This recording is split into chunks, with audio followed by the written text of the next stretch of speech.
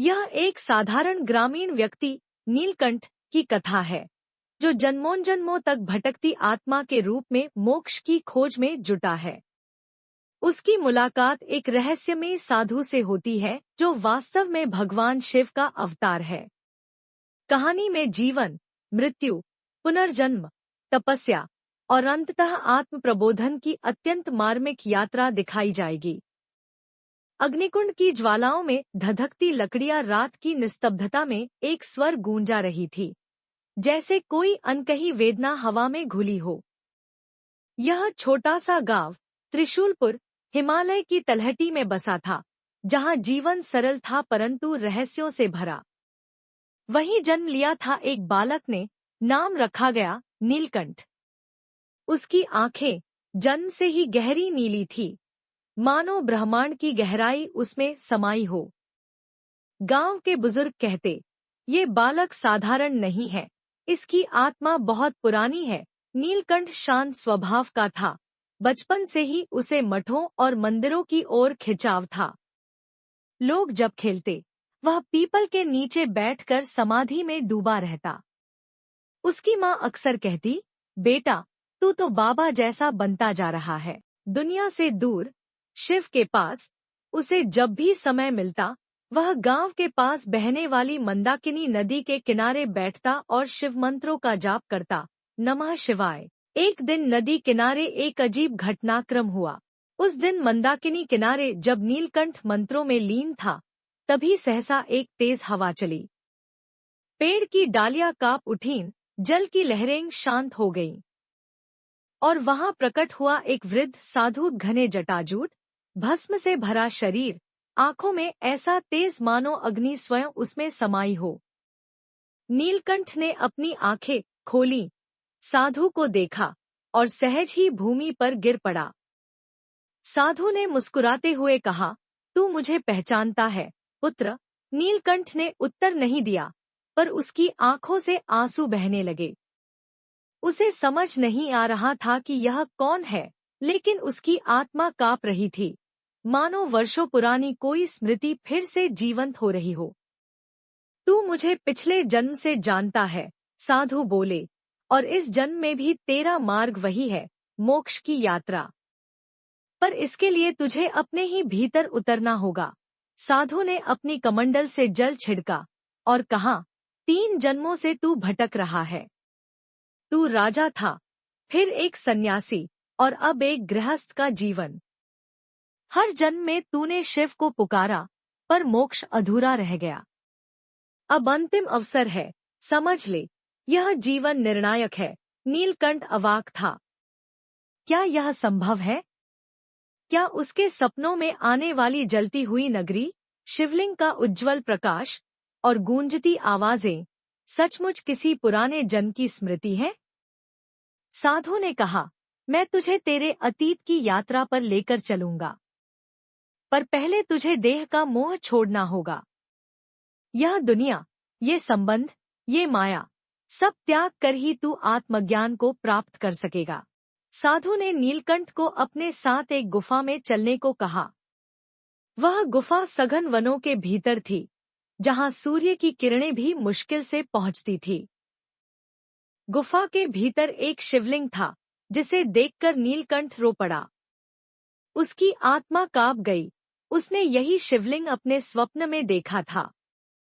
वह शिवलिंग जिसे एक बार उसने युद्धभूमि में अपने ही खून से अभिषेक किया था। साधु बोले, यही वह स्थल है जहां तूने अंतिम बार शिव से प्रार्थना की थी, जब तू राजा नीलराज था। तब साधु ने अपनी कमंडल से जल छिड़का और नीलकंठ की आंखों के सामने एक प्रकाश फैल गया। अब वह देख रहा था अपने ही पिछले जन्म की झलक। प्रकाश की लहरों में डूबे हुए नीलकंठ ने स्वयं को एक युद्धभूमि में खड़ा पाया। चारों ओर रणभेरी बज रही थी, तलवारों की टंकार, घायल सिपाहियों की चीखें और रक्त से सनी धरती। वह स्वयं एक शूरवीर राजा था, नीलराज, हिमगिरी साम्राज्य का अधिपति। उसके हाथ में स्वर्ण मुकुट जड़ा भाला था और आंखों में क्रोध नहीं, करुणा थी। उसके राज्य पर आक्रमण हुआ था। पराजय निकट थी, पर नीलराज युद्ध से पीछे नहीं हटता। परंतु उसी युद्ध भूमि पर उसने कुछ और अनुभव किया। शिवलिंग के समक्ष वह गिरा और बोला, हे महादेव, यदि मेरी मृत्यु से मेरे राज्य की रक्षा हो, तो मैं स्वयं को समर्पित करता हूँ। पर एक विनती है, मुझे अगला जन्म केवल आपकी भक्ति के लिए देना। उसके शब्द पूरे होते ही एक बाण उसकी छाती चीर गया। युद्ध समाप्त हो गया। दृश्य बदलता है। अब नीलकंठ एक युवा सन्यासी है, नाम अद्वैतानंद। वह हिमालय की कठिन चोटियों पर तपस्या कर रहा है, पर उसका मन स्थिर नहीं है। भूतकाल की पीड़ा और पूर्व जन्म की स्मृतियां उसे विचलित करती हैं। एक बार वह ध्यानस्थ अवस्था में कहता है, हे प्रभो, मैंने सब कुछ त्यागा, फिर भी भीतर शांति नहीं है। क्यों? तभी एक दिव्य आवाज आती है, तूने शरीर को तो त्यागा, पर आह को नहीं। जब तक मैं है, तब तक तू नहीं। अद्वैतानंद यह समझ न सका और इसी उलझन में एक बर्फीली रात में उसकी समाधि टूट गई और वह अधूरी यात्रा के साथ इस जीवन से भी विदा हो गया। अब वह फिर लौटता है, गांव त्रिशूलपुर में नीलकंठ के रूप में। साधारण जीवन, पर भीतर आत्मा वही पुरानी, घायल, खोजती हुई, बेचैन। गुफा में साधु ने जब उसे ये सब दिखाया, तो नीलकंठ फूट फूट कर रो पड़ा। इतनी पीड़ा, इतने जन्म, फिर भी मोक्ष नहीं मिला। साधु बोले, मोक्ष बाहरी क्रिया से नहीं, अंतर की अनुभूति से मिलता है। पिछले जन्मों में तू शिव के पास गया, पर अब शिव को अपने भीतर पाना होगा। तैयार हो जा, क्योंकि अब तेरी अंतिम परीक्षा शुरू होती है।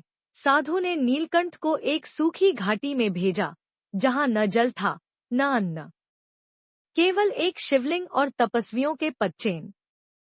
इसी भूमि पर तुझे 41 दिनों तक उपवास करके शिव मंत्र का जाप करना होगा। माया तुझे हर रूप में लुभाएगी, पर तू विचलित मत होना, साधु ने कहा। पहले दिन सहन हुआ, दूसरे दिन भूख लगी, पर मन स्थिर रहा। 7वें दिन उसकी माँ का माया रूप सामने आया, रोटी लेकर, आंसू बहाती। बेटा, मत कर ये सब, चल घर चल, वो बोली। नीलकंठ की आंखें डबडबाईं, पर उसने मंत्रोच्चार नहीं रोका। माया का भ्रम टूटा। 12वें दिन एक सुंदरी आई, बोली, मैं स्वयं पार्वती हूँ, तुझसे विवाह करने आई हूँ। नीलकंठ ने आंखें बंद कर ली, शिव का ध्यान किया।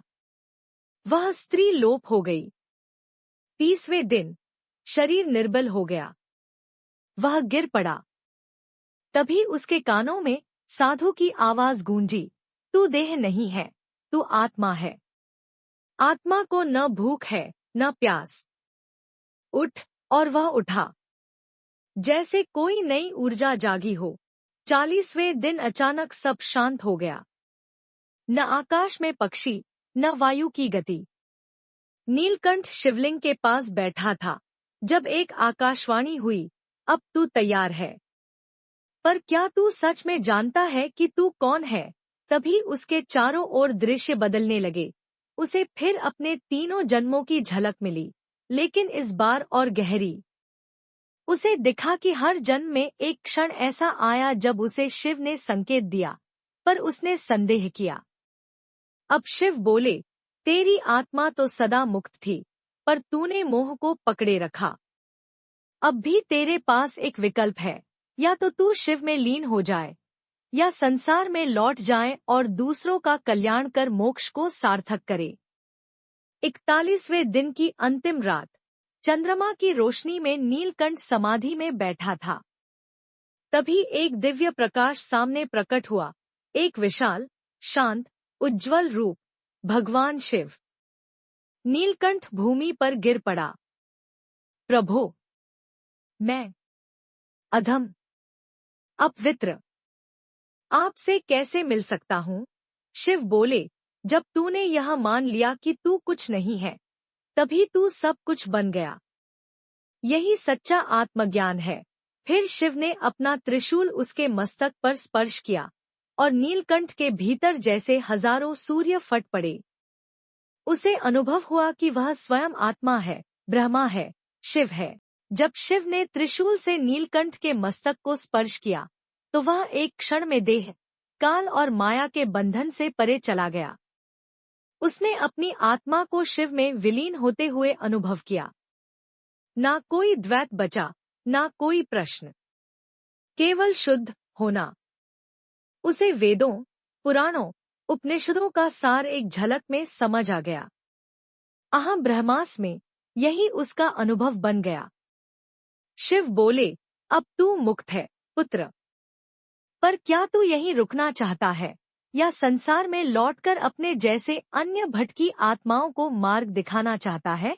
नीलकंठ मौन रहा, फिर आंखें खोली और कहा, मैं शिव में लीन तो हो चुका, पर अब मैं शिव का दूत बनकर इस धरा पर उतरना चाहता हूँ। अब नीलकंठ कोई साधारण मानव नहीं था। वह शिव के तत्व को आत्मसात कर चुका था। पर वह मोक्ष को केवल अपने लिए नहीं चाहता था। उसने साधु, जो वास्तव में शिव का ही रूप थे, से कहा, मुझे वह जीवन चाहिए जो तप और सेवा से भरा हो, जहां मैं दूसरों को भी मुक्त कर सकूं। साधु मुस्कराए और बोले, जाओ, त्रिशूलपुर लौटो। लोग तुझे नहीं पहचानेंगे, पर जिनके हृदय में विवेक होगा, वे तुझे पहचान लेंगे। नीलकंठ गांव लौटा, पर अब वह एक ज्योतिर्मय संत के रूप में था। उसकी वाणी से शांति, उसके स्पर्श से करुणा और उसकी दृष्टि से चित्त की अशांति समाप्त हो जाती। लोग उसे बाबा नील कहने लगे। वह बालकों को ध्यान सिखाता, युवाओं को संयम और वृद्धों को संतोष, रोगी को शांति और मृत्युपथगामी को भयमुक्ति। उसके आश्रम में जो भी आता, बदल कर जाता। उसके पास कोई धन नहीं था, पर उसकी एक बात करोड़ों के बराबर थी, तू केवल शिव को मत पुकार, शिव को जी। एक दिन वह गुफा, जहां शिव ने उसे दर्शन दिए थे, बाबा नील वहीं लौटे। वहां शिवलिंग के आगे बैठकर उन्होंने कहा, अब मेरा कार्य पूर्ण है। मैंने जितना समझा, उतना बांटा। अब मैं लौटता हूँ, परंतु स्वयं में नहीं, सब में समाकर। गांव के लोग जब सुबह गुफा पहुंचे, उन्होंने देखा बाबा नील समाधि की मुद्रा में बैठे हैं, परंतु शरीर त्याग चुके हैं। परंतु उनका चेहरा मुस्कुरा रहा था, जैसे कोई अनंत आलोक से एक हो गया हो। गांव के एक बालक ने उसी शिवलिंग के समक्ष बैठकर ध्यान करना शुरू किया। उसके स्वप्न में बाबा नील आए, बोले, अब तू तैयार है, पुत्र। यह यात्रा कभी थमती नहीं, केवल आगे बढ़ती है, माया से मोक्ष की ओर, देह से चेतना की ओर और मैं से हम की ओर। गांव में एक मंदिर बना, नीलकंठ ध्यानधाम, जहां हजारों लोग आज भी आते हैं। मोक्ष एक स्थान नहीं, एक स्थिति है। शिव कोई बाहर नहीं, भीतर है। और आत्मा जब तक स्वयं को पहचान नहीं लेती, तब तक वह जन्मों के चक्र में भटकती रहती है। नीलकंठ की यह यात्रा केवल उसकी नहीं थी, वह प्रत्येक जीवात्मा की कथा है, जो अपनी पहचान, अपने शिव और अपने सत्य की खोज में भटक रही है। और जब वह भटकाव खत्म होता है, तब निर्वाण जन्म लेता है।